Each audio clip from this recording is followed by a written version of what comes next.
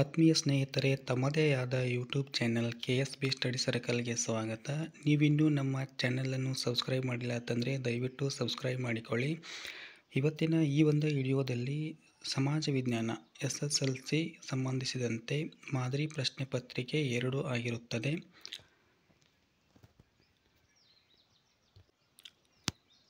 ಮೊದಲನೆಯ ಪ್ರಶ್ನೆ, ಪೇಶ್ವೆ 2ನೇ ಬಾಜಿರಾವ್ ಸಹಾಯಕ ಸೈನ್ಯ ಪದ್ಧತಿಗೆ ಸಹಿ ಹಾಕಿದ ಒಪ್ಪಂದ ಅಂತಕ್ಕಂಥದ್ದು. ಸೊ ಇದಕ್ಕೆ ಸರಿಯಾದ ಉತ್ತರ ಬೆಸ್ಸಿನ್ ಒಪ್ಪಂದ ಅಂತಕ್ಕಂಥದ್ದು ಸರಿಯಾದ ಉತ್ತರ ಆಗುತ್ತೆ.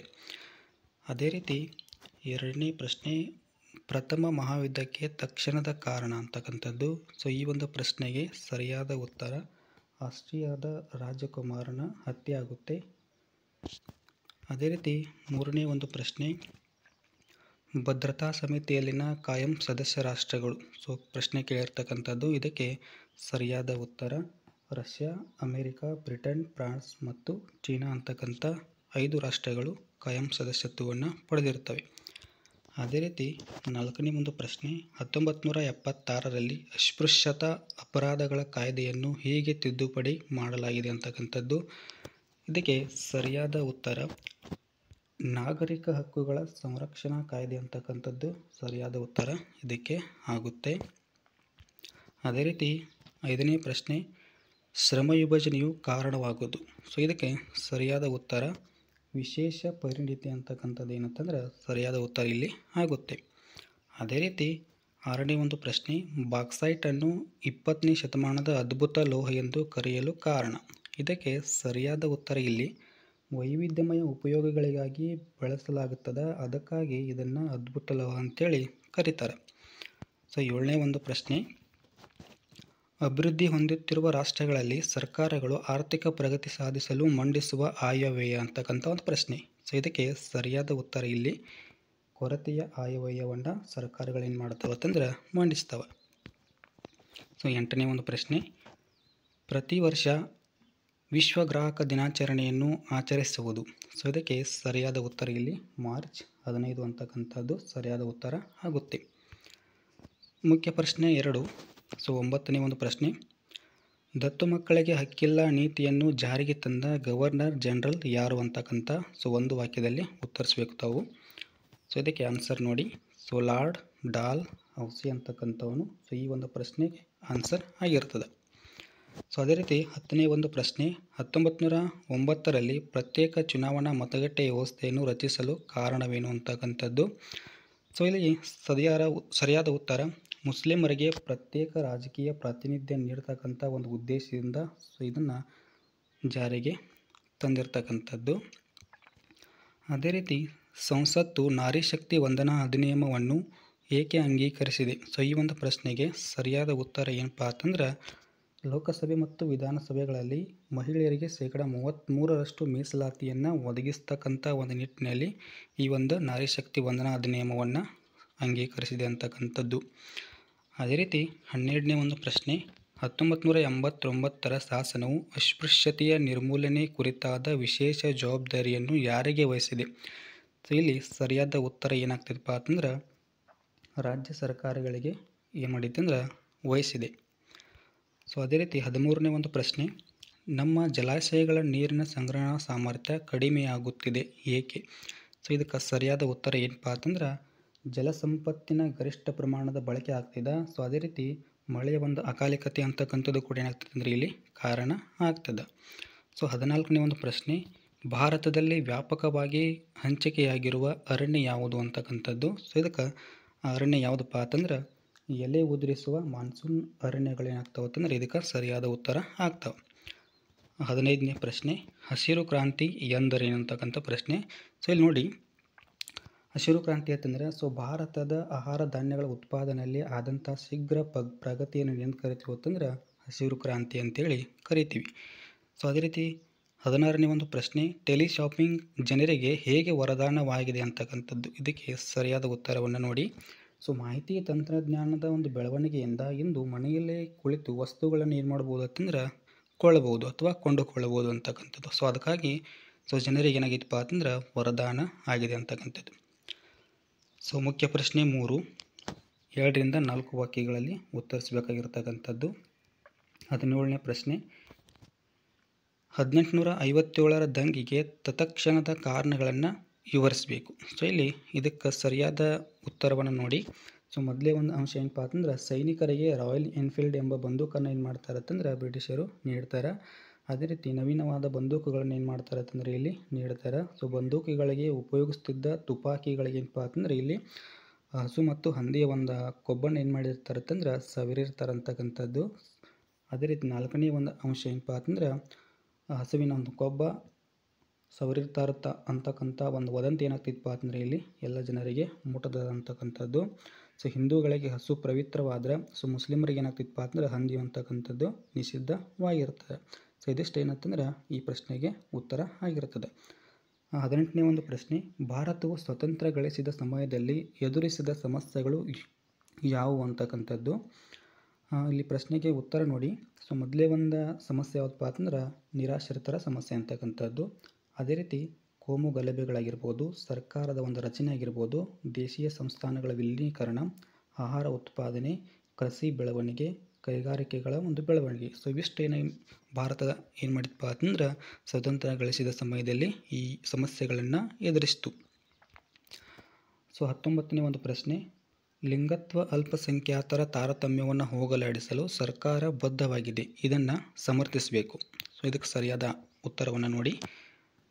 ಲಿಂಗತ್ವ ಅಲ್ಪಸಂಖ್ಯಾತ ವ್ಯಕ್ತಿಗಳ ಹಕ್ಕುಗಳ ಸಂರಕ್ಷಣಾ ಕಾಯ್ದೆ 2019ರಲ್ಲಿ ಏನು ಮಾಡ್ತಾರೆ ಅಂತಂದ್ರೆ ಸರ್ಕಾರ ಇಲ್ಲಿ ಜಾರಿಗೆ ತರ್ತದೆ. ಸೊ ಅದೇ ರೀತಿ ಸ್ಮೈಲ್ ಅಂತಕ್ಕಂಥ ಒಂದು ಯೋಜನೆ ಏನು ಮಾಡ್ತೈತೆ ಅಂದ್ರೆ ಜಾರಿಗೆ ತರ್ತದೆ. ಲಿಂಗತ್ವ ಅಲ್ಪಸಂಖ್ಯಾತ ವ್ಯಕ್ತಿಗಳ ಕಲ್ಯಾಣಕ್ಕಾಗಿ ಸಮಗ್ರ ಪುನರ್ವಸತಿ ಅಂತಕ್ಕಂಥ ಒಂದು ಯೋಜನೆ ಏನು ಮಾಡ್ತೈತಪ್ಪ ಅಂದ್ರೆ ಸರ್ಕಾರ ಇಲ್ಲಿ ಜಾರಿಗೆಗೊಳಿಸ್ತದೆ.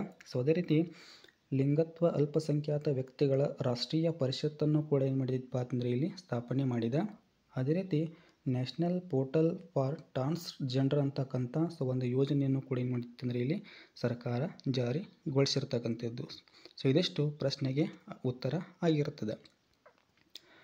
ಅದೇ ರೀತಿ ಈ ಪ್ರಶ್ನೆಗೆ ಅಥವಾ ಪ್ರಶ್ನೆ ಇರ್ತದೆ. ಸೊ ಏನಂತಂದ್ರೆ, ಮಾನವನ ಹಕ್ಕುಗಳ ಪ್ರತಿಪಾದನೆಯನ್ನು ಭಾರತವು ನಿರಂತರವಾಗಿ ಪ್ರತಿಪಾದಿಸುತ್ತದೆ. ಸೊ ಇದನ್ನು ಸ್ಪಷ್ಟೀಕರಿಸಬೇಕು. ಸೊ ಇದಕ್ಕೆ ಉತ್ತರವನ್ನು ನೋಡಿ. ಸೊ ಮೊದಲೇ ಒಂದು ಅಂಶ, ಸಾರ್ವತ್ರಿಕ ಮಾನವ ಹಕ್ಕುಗಳ ಪ್ರತಿಪಾದನೆಯನ್ನು ಸೊ ಭಾರತ ಮಾಡ್ತದೆ ಅಂತಕ್ಕಂಥದ್ದು. ಸೊ ಅದೇ ರೀತಿ ಸಾಮಾನ್ಯ ಸಭೆಯಲ್ಲಿ ಮಾನವ ಹಕ್ಕುಗಳ ಸಮರ್ಥನೆ ಮಾಡ್ತದೆ. ಸೊ ಮೂಲಭೂತ ಹಕ್ಕುಗಳನ್ನು ನೀಡ್ತದೆ. ಸೊ ಜನಾಂಗ ಹತ್ಯೆ, ಎಲ್ಲ ವಿಧದ ಶೋಷಣೆಗೆ ಏನು ಮಾಡ್ತಾ ಇದೆಯಪ್ಪ ಅಂದರೆ ಭಾರತ ವಿರೋಧವನ್ನು ಮಾಡ್ತಾ ಇದೆ.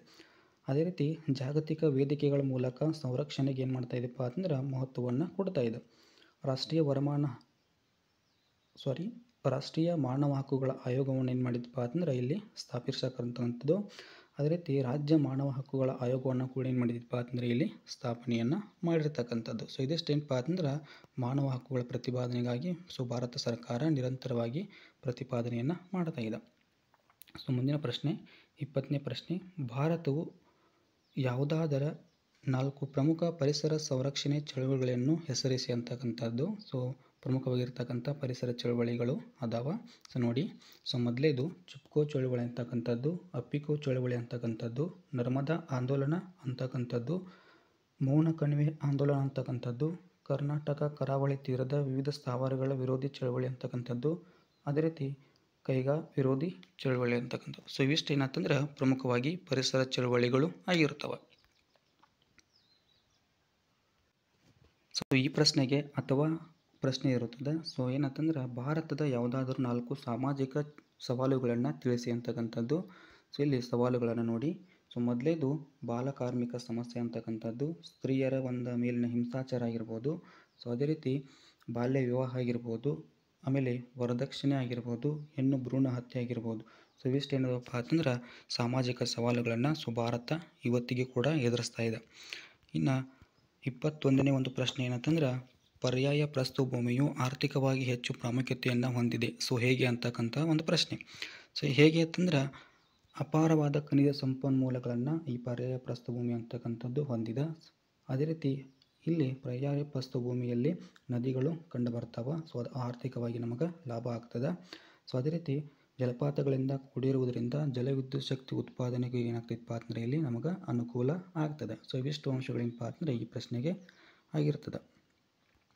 ಸೊ ಅದೇ ರೀತಿ 22ನೇ ಒಂದು ಪ್ರಶ್ನೆ, ಜೈವಿಕ ತಂತ್ರಜ್ಞಾನದಿಂದ ಕೃಷಿ ಕ್ಷೇತ್ರದ ಮೇಲಿನ ಪರಿಣಾಮಗಳೇನು ಅಂತಕ್ಕಂಥ ಒಂದು ಪ್ರಶ್ನೆ.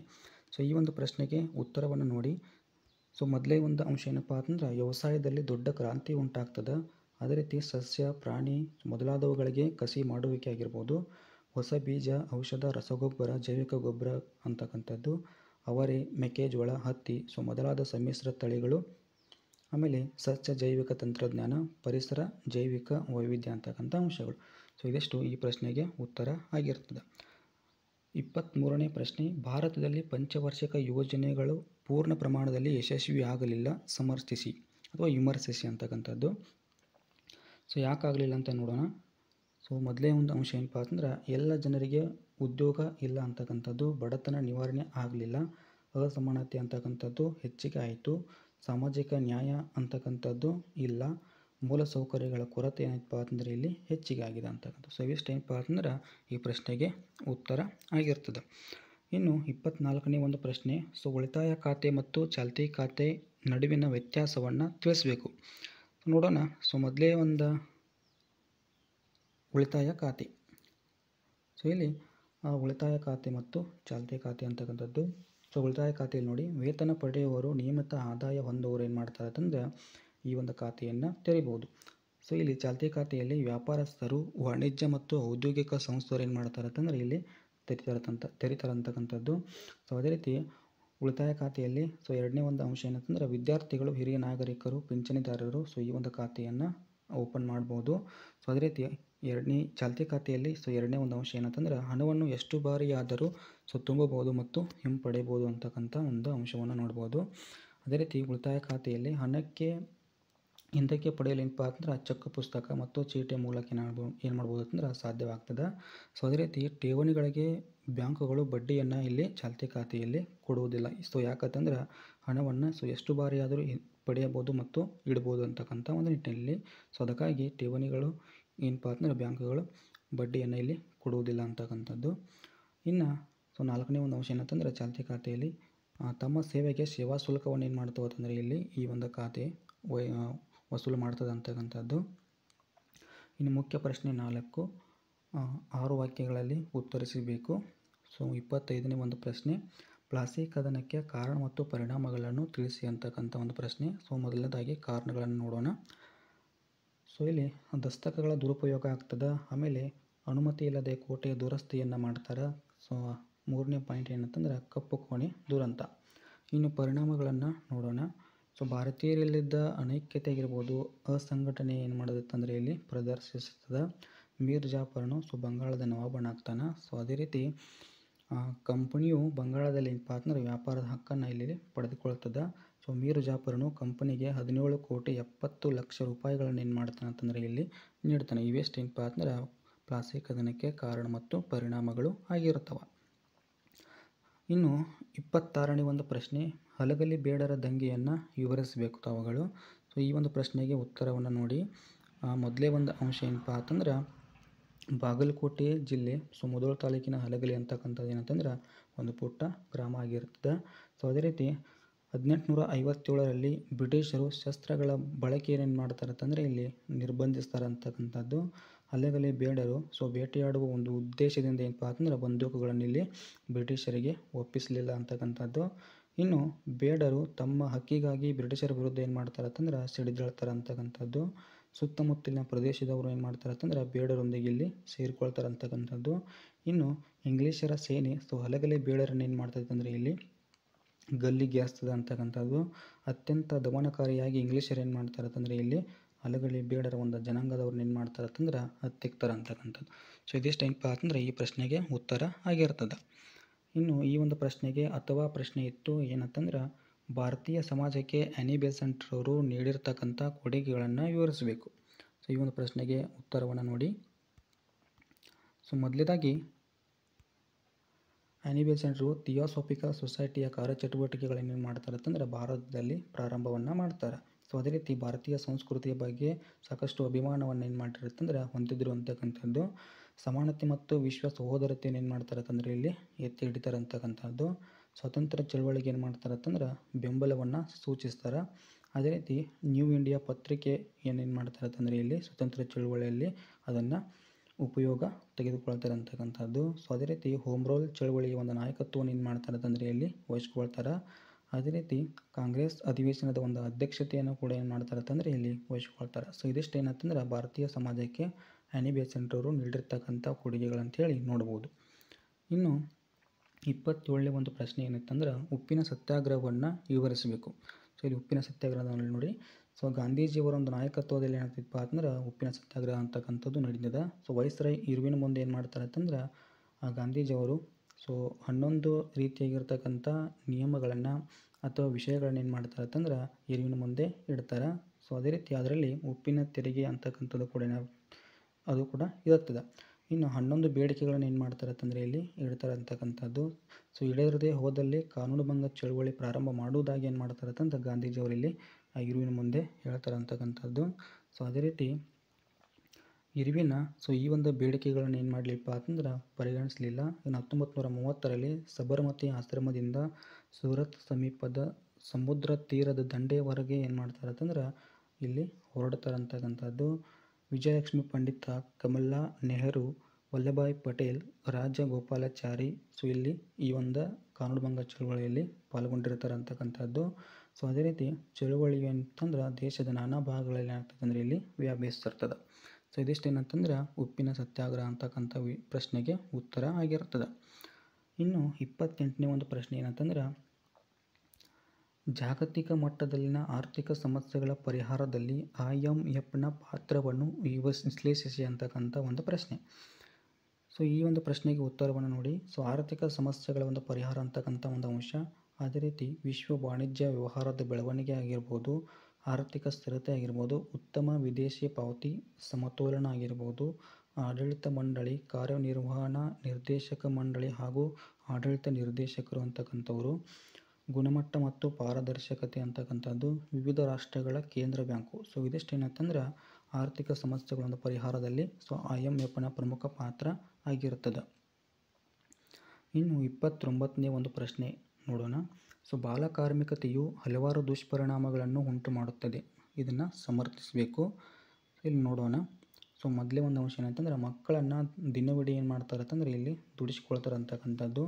ಸೊ ಅವರ ಮಾನಸಿಕ, ಭಾವನಾತ್ಮಕ, ಶೈಕ್ಷಣಿಕ, ವೈದ್ಯಕೀಯ ಕಾಳಜಿ ಏನಂತಂದ್ರೆ ಇಲ್ಲಿ ಇರುವುದಿಲ್ಲ. ದೈಹಿಕವಾಗಿ, ಮಾನಸಿಕವಾಗಿ ಏನು ಮಾಡ್ತಾರೆ ಅಂತಂದರೆ ಇಲ್ಲಿ ಹಿಂಸೆಯನ್ನು ಮಾಡ್ತಾರೆ ಅಂತಕ್ಕಂಥದ್ದು. ಅನಾರೋಗ್ಯ ಆಗಿರ್ಬೋದು, ಪೌಷ್ಟಿಕ ಆಹಾರದ ಕೊರತೆ ಆಗಿರ್ಬೋದು, ವೈದ್ಯಕೀಯ ಸೌಲಭ್ಯಗಳ ಕೊರತೆ ಆಗಿರ್ಬೋದು, ಒತ್ತಾಯದ ದುಡಿತ ಆಗಿರ್ಬೋದು, ಆರ್ಥಿಕ ಮತ್ತು ಸಾಮಾಜಿಕ ಶೋಷಣೆ.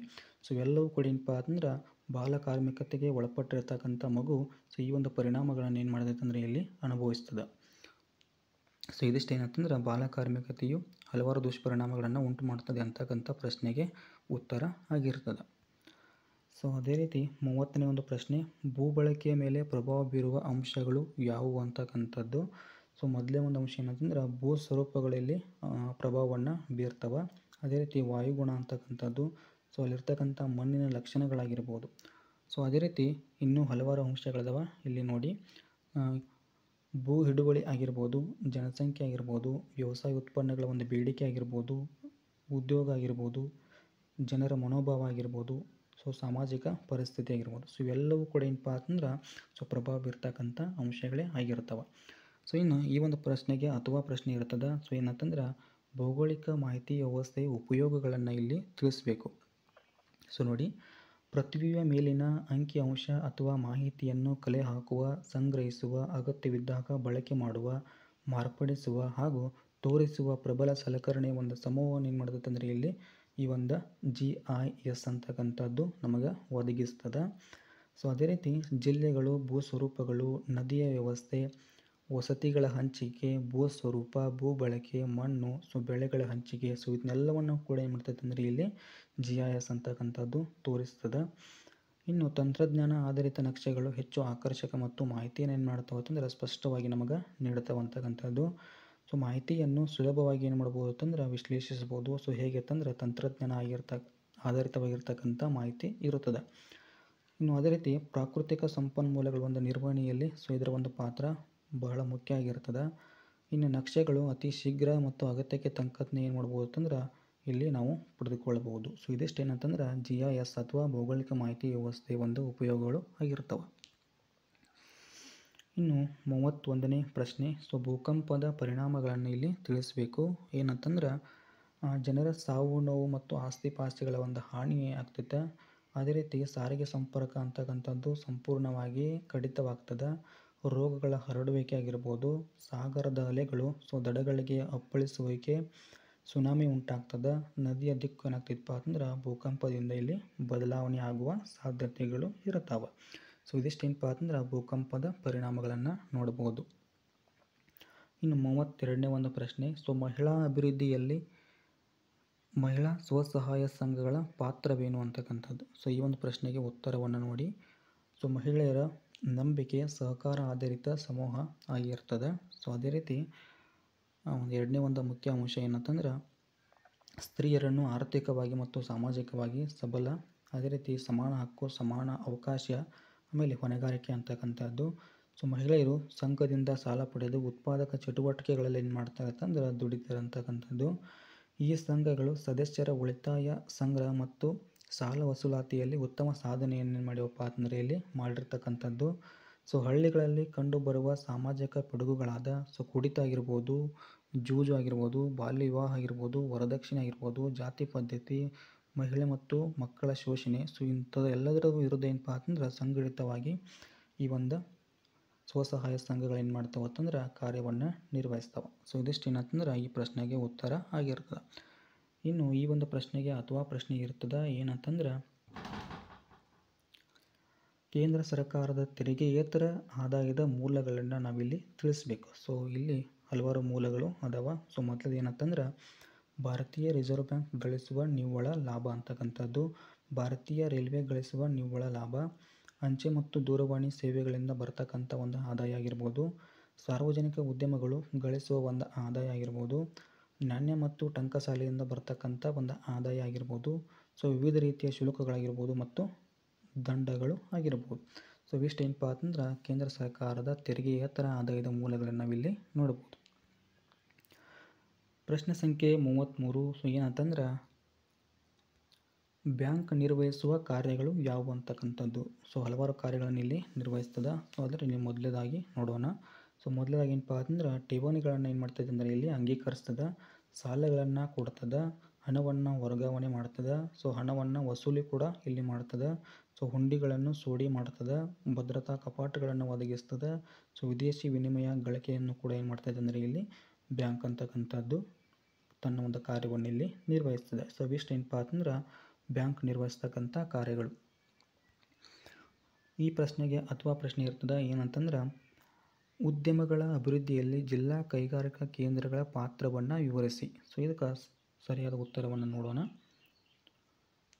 ಉತ್ತರವನ್ನು ನೋಡಿ.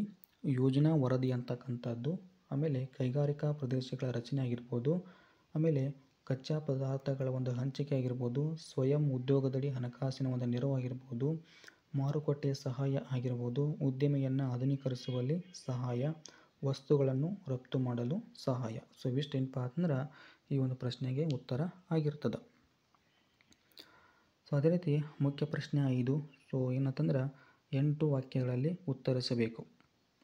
34ನೇ ಒಂದು ಪ್ರಶ್ನೆ ಏನಂತಂದ್ರೆ ಕಾಯಂ ಜಮೀನ್ದಾರಿ ಪದ್ಧತಿಯು ರೈತವಾರಿ ಪದ್ಧತಿಗಿಂತ ಹೇಗೆ ಭಿನ್ನವಾಗಿದೆ. ಇಲ್ಲಿ ವ್ಯತ್ಯಾಸವನ್ನು ಇಲ್ಲಿ ತಾವುಗಳು ನೋಡ್ಬೋದು. ಏನಂತಂದ್ರೆ ಕಾಯಂ ಜಮೀನ್ದಾರಿ ಪದ್ಧತಿ ಮತ್ತು ರೈತವಾರಿ ಪದ್ಧತಿ ವ್ಯತ್ಯಾಸವನ್ನು ಇಲ್ಲಿ ತಾವುಗಳು ನೋಡ್ಬೋದು. ಮೊದಲೇ ಒಂದು ಅಂಶ ಕಾಯಂ ಜಮೀನ್ದಾರಿ ಪದ್ಧತಿಯಲ್ಲಿ ನೋಡೋಣ. ಏನಂತಂದ್ರೆ ಲಾರ್ಡ್ ಕಾರ್ನ್ವಾಲಿಸನು ಬಂಗಾಳ ಮತ್ತು ಬಿಹಾರ ಪ್ರಾಂತ್ಯದಲ್ಲಿ ಏನು ಮಾಡ್ತಾನೆ ಅಂತಂದ್ರೆ ಅದನ್ನು ಪ್ರಾರಂಭ ಮಾಡ್ತಾನೆ. ಅದೇ ರೀತಿ ರೈತವಾರಿ ಪದ್ಧತಿಯಲ್ಲಿ ನೋಡಿದಾಗ ಬಾರಾಮಹಲ್ ಪ್ರಾಂತ್ಯದಲ್ಲಿ ಏನು ಮಾಡ್ತಾರೆ ಅಂತಂದ್ರೆ ಅಲೆಕ್ಸಾಂಡರ್ ರೀಡ್ ಅಂತಕ್ಕಂಥವನು 1792ರಲ್ಲಿ ಏನು ಮಾಡ್ತಾನೆ ಅಂತಂದ್ರೆ ಈ ಒಂದು ರೈತವಾರಿ ಪದ್ಧತಿಯನ್ನು ಜಾರಿಗೆ ತರ್ತಾನೆ ಅಂತಕ್ಕಂಥದ್ದು. ಇನ್ನು ಕಾಯಂ ಜಮೀನ್ದಾರಿ ಪದ್ಧತಿಯಲ್ಲಿ ಜಮೀನ್ದಾರನು ಏನಾಗ್ತಾನೆ ಅಂತಂದ್ರೆ ಇಲ್ಲಿ ಭೂಮಾಲೀಕನಾಗ್ತಾನೆ. ಅದೇ ರೀತಿ ಇಲ್ಲಿ ರೈತವಾರಿ ಪದ್ಧತಿಯಲ್ಲಿ ನೋಡಿದಾಗ ಸರ್ಕಾರ ಮತ್ತು ರೈತ ನಡುವೆ ನೇರ ಸಂಪರ್ಕ ಏನಾಗ್ತದಪ್ಪ ಅಂತಂದರೆ ಇಲ್ಲಿ ಉಂಟಾಗ್ತದೆ. ಅದೇ ರೀತಿ ಕಾಯಂ ಜಮೀನ್ದಾರಿ ಪದ್ಧತಿಯಲ್ಲಿ ಹೊಸ ಯೋಜನೆಯ ಒಂದು ಪ್ರಕಾರ ಇದು ಆಗಿರ್ತದೆ. ಅದೇ ರೀತಿ ರೈತವಾರಿ ಪದ್ಧತಿಯಲ್ಲಿ ಭೂಮಿ ಉಳುಮೆ ಮಾಡುತ್ತಿದ್ದವನೇ ಏನಪ್ಪ ಅಂತಂದ್ರೆ ಅದರ ಒಂದು ಮಾಲೀಕನ ಆಗ್ತಾನೆ ಅಂತಕ್ಕಂಥದ್ದು. ಅದೇ ರೀತಿ ಕಾಯಂ ಜಮೀನ್ದಾರಿ ಪದ್ಧತಿಯಲ್ಲಿ ಪ್ರತಿ ವರ್ಷವೂ ಒಪ್ಪಿಕೊಂಡಿದ್ದ ಕಂದಾಯವನ್ನು ಏನು ಮಾಡಬೇಕು ಅಂತಂದರೆ ಇಲ್ಲಿ ಸರ್ಕಾರಕ್ಕೆ ಸಲ್ಲಿಸಬೇಕು. ಅಥವಾ ಜಮೀನ್ದಾರನಿಗೆ ಏನಪ್ಪ ಅಂದ್ರೆ ಇಲ್ಲಿ ಸಲ್ಲಿಸಬೇಕು ಅಂತಕ್ಕಂಥದ್ದು. ಇಲ್ಲಿ ರೈತವಾರಿ ಪದ್ಧತಿಯಲ್ಲಿ ಏನಪ್ಪ ಅಂದ್ರೆ ಕಂದಾಯ ಎಷ್ಟು ಪರ್ಸೆಂಟೇಜ್ ಇತ್ತಪ್ಪ ಅಂತಂದ್ರೆ 50%ನಷ್ಟು ಕಂದಾಯವನ್ನು ಇಲ್ಲಿ ಕಟ್ಟಲೇಬೇಕಾಗಿತ್ತು. ಅದೇ ರೀತಿ ಇದೇ ಒಂದು ಅಂಶವನ್ನು ನೋಡಿದಾಗ ಭೂ ಮಾಲೀಕನಿಗೆ ಏನಪ್ಪ ಅಂದರೆ ಇಲ್ಲಿ ಅತ್ಯಂತ ಲಾಭವಾಯಿತು ಕಾಯಂ ಜಮೀನ್ದಾರಿ ಪದ್ಧತಿಯಲ್ಲಿ. ಅದೇ ರೀತಿ ರೈತವಾರಿ ಪದ್ಧತಿಯಲ್ಲಿ ಏನಂತಂದ್ರೆ ರೈತರು ಸಂಕಷ್ಟಗಳಿಗೆ ಏನು ಮಾಡ್ತಾರೆ ಅಂತಂದ್ರೆ ಒಳಗಾಗ್ತಾರೆ ಅಂತಕ್ಕಂಥದ್ದು. ಅದೇ ರೀತಿ 6ನೇ ಒಂದು ಅಂಶ ಏನಂತಂದ್ರೆ ಬರಗಾಲ, ವಿಪರೀತ ಮಳೆ, ಅತಿವೃಷ್ಟಿ ಇದ್ದರೂ ಕೂಡ ಏನು ಮಾಡಬೇಕಪ್ಪ ಅಂತಂದ್ರೆ ಇಲ್ಲಿ ರೈತರು ಕಂದಾಯವನ್ನು ಕಟ್ಟಲೇಬೇಕಾಗಿತ್ತು. ಅದೇ ರೀತಿ ಇಲ್ಲಿ ಕಂದಾಯ ವಸೂಲು ಏನಪ್ಪ ಅಂದ್ರೆ ನಿರ್ದಾಕ್ಷಿಣ್ಯವಾಗಿ ಏನು ಮಾಡ್ತಾರೆ ಅಂತಂದ್ರೆ ಇಲ್ಲಿ ರೈತವಾರಿ ಪದ್ಧತಿಯಲ್ಲಿ ಮಾಡ್ತಾರೆ ಅಂತಕ್ಕಂಥದ್ದು. ಇನ್ನು ಕಾಯಂ ಜಮೀನ್ದಾರಿ ಪದ್ಧತಿಯಲ್ಲಿ ಏನಂತಂದ್ರೆ ಹೊಸ ಸಾಮಾಜಿಕ ವರ್ಗವಾದ ಜಮೀನ್ದಾರನ ಏನು ಮಾಡ್ತಪ್ಪ ಅಂತಂದ್ರೆ ಇಲ್ಲಿ ಸೃಷ್ಟಿಯನ್ನು ಮಾಡಿದ್ರು.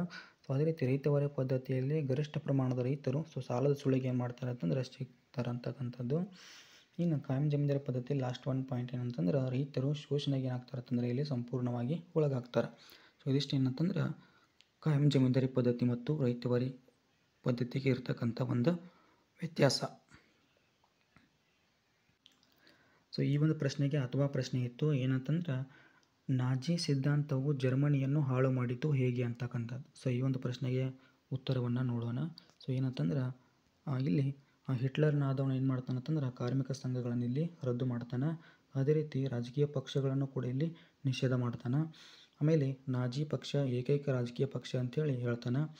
ಅದೇ ರೀತಿ ಆಮೇಲೆ ಯಹೂದಿಗಳು ಜಗತ್ತನ್ನು ನಿಯಂತ್ರಿಸ್ತಾರೆ ಅಂತಕ್ಕಂಥ ಒಂದು ಭಯವನ್ನು ಏನು ಮಾಡ್ತಾನೆ ಅಂತಂದರೆ ಇಲ್ಲಿ ಸೃಷ್ಟಿ ಮಾಡ್ತಾನೆ. ಅದೇ ರೀತಿ ಜಗತ್ತಿನ ಜರ್ಮನ್ ಆರ್ಯ ಜನಾಂಗವೇ ಶ್ರೇಷ್ಠ ಅಂತೇಳಿ ಹೇಳ್ತಾನೆ ಅಂತಕ್ಕಂಥದ್ದು. ಆಮೇಲೆ ಜನಾಂಗವಾದವನ್ನು ಏನು ಮಾಡ್ತಾನೆ ಅಂತಂದರೆ ಇಲ್ಲಿ ಮುಂದಿಡ್ತಾನೆ ಅಂತಕ್ಕಂಥದ್ದು. ಜಗತ್ತನ್ನು ಆಳ್ವಿಕೆ ಮಾಡಲು ಕೇವಲ ಜರ್ಮನ್ನರು ಮಾತ್ರ ಏನಪ್ಪ ಅಂತಂದ್ರೆ ಯೋಗ್ಯರು ಅಂತಕ್ಕಂಥದ್ದು. ಆಮೇಲೆ ಆ ಜರ್ಮನ್ನರ ಎಲ್ಲ ಸಮಸ್ಯೆಗಳಿಗೆ ಯಹೂದಿಗಳೇ ಮೇನ್ ಕಾರಣ ಅಂತೇಳಿ ಹೇಳ್ತಾನೆ. ಆಮೇಲೆ ಜನಾಂಗೀಯ ದ್ವೇಷವನ್ನು ಪ್ರಸಾರ ಮಾಡಲು ಗೋಬೆಲ್ಸ್ ಅಂತಕ್ಕಂಥ ಒಬ್ಬ ವಿಶೇಷ ಮಂತ್ರಿನ ಏನು ಮಾಡ್ತಾನೆ ಅಂತಂದರೆ ಇಲ್ಲಿ ನೇಮಕ ಮಾಡ್ತಾನೆ ಅಂತಕ್ಕಂಥದ್ದು. ಅದೇ ರೀತಿ ಗಲಭೆಗಳನ್ನು ಮಾಡಿ ಜನರಲ್ಲಿ ಭೀತಿಯನ್ನು ಹುಟ್ಟಿಸಲು ಏನು ಮಾಡ್ತಾನೆ ಅಂತಂದ್ರೆ ಒಂದು ಕ್ರೌರ್ಯ ಪಡೆಯನ್ನು ಏನು ಮಾಡ್ತಾನೆ ಅಂತಂದರೆ ಇಲ್ಲಿ ಆಗಿರ್ತಕ್ಕಂಥ ಬೂದು ಅಂಗೀದಳ ಅಂತಕ್ಕಂಥ ಒಂದು ಕ್ರೌರ್ಯ ಪಡೆಯನ್ನು ಏನು ಮಾಡ್ತಾನೆ ಅಂತಂದರೆ ಇಲ್ಲಿ ಪ್ರಶ್ನೆ. ಇಲ್ಲಿ ನೋಡಿ, ಭಾರತದ ಸ್ವಾತಂತ್ರ್ಯ ಹೋರಾಟದಲ್ಲಿ ಮಂದಗಾಮಿಗಳ ಪಾತ್ರವನ್ನು ಇಲ್ಲಿ ವಿವರಿಸಬೇಕು. ಇದಕ್ಕೆ ಉತ್ತರವನ್ನು ನೋಡೋಣ. ಮೊದಲೇ ಒಂದು ಅಂಶ ಏನಂತಂದ್ರೆ ಭಾರತೀಯ ರಾಷ್ಟ್ರೀಯ ಕಾಂಗ್ರೆಸ್ನ ಮೊದಲ 20 ವರ್ಷ ಮಂದಗಾಮಿಗಳ ಒಂದು ಪಾತ್ರ ಇರ್ತದೆ. ಇಲ್ಲಿ ಮಂದಗಾಮಿಗಳು ಯಾರಂತಂದ್ರೆ MG ರಾನಡೆ ಆಗಿರ್ಬೋದು, ಸುರೇಂದ್ರನಾಥ್ ಬ್ಯಾನರ್ಜಿ ಆಗಿರ್ಬೋದು, ಆಮೇಲೆ ದಾದಾಬಾಯಿ ನವರೋಜಿ ಆಗಿರ್ಬೋದು, ಗೋಪಾಲ್ ಕೃಷ್ಣ ಗೋಖಲೆ. ಇವರು ಏನಪ್ಪ ಅಂತಂದ್ರೆ ಪ್ರಮುಖವಾಗಿರ್ತಕ್ಕಂಥ ಮಂದಗಾಮಿಗಳು ಆಗಿರ್ತಾರೆ. ಇನ್ನು ಮೂರನೇ ಒಂದು ಅಂಶ ಏನಂತಂದ್ರೆ ಬ್ರಿಟಿಷ್ ಆಳ್ವಿಕೆ ಮತ್ತು ನ್ಯಾಯಪರತೆಯಲ್ಲಿ ನಂಬಿಕೆಯನ್ನು ಇವರು ಇಟ್ಟಿದ್ರು ಅಂತಕ್ಕಂಥದ್ದು. ಆಮೇಲೆ ಸಾಂವಿಧಾನಿಕ ಚೌಕಟ್ಟಿನೊಳಗೆ ಪ್ರಾರ್ಥನೆ ಮತ್ತು ಮನವಿಯ ಮೂಲಕ ಏನು ಮಾಡ್ತಿರತ್ತಂದ್ರೆ ಇಲ್ಲಿ ತಮ್ಮ ಬೇಡಿಕೆಗಳನ್ನು ಇಡ್ತಾ ಇದ್ರು ಅಂತಕ್ಕಂಥದ್ದು.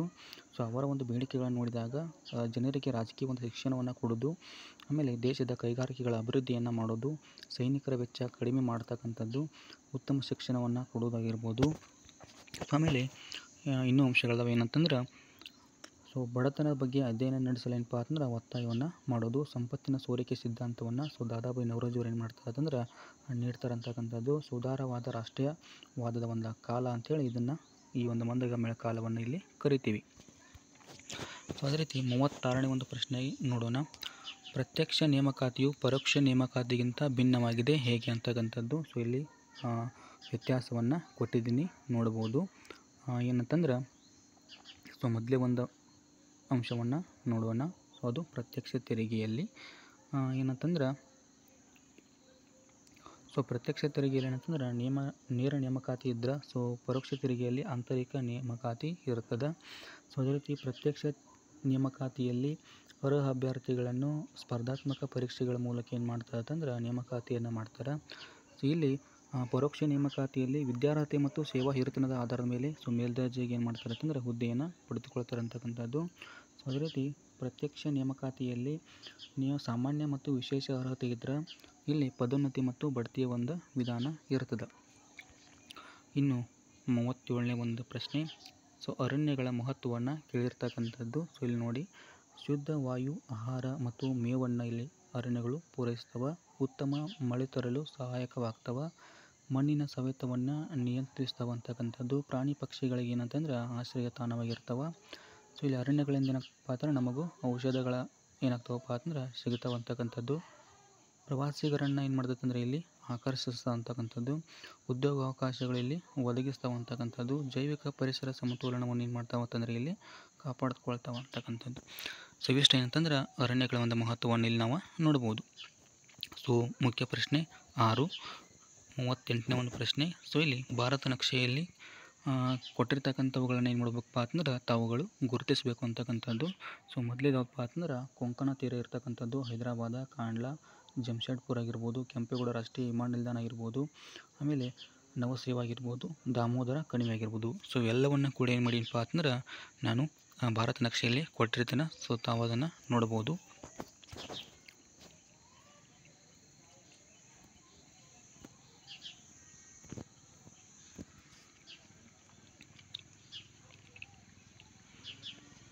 ಸೊ ಕೊನೆಯದಾಗಿ ನೀವಿನ್ನೂ ನಮ್ಮ ಚಾನಲನ್ನು ಸಬ್ಸ್ಕ್ರೈಬ್ ಮಾಡಿಲ್ಲ ಅಂತಂದರೆ ದಯವಿಟ್ಟು ಸಬ್ಸ್ಕ್ರೈಬ್ ಮಾಡಿಕೊಳ್ಳಿ.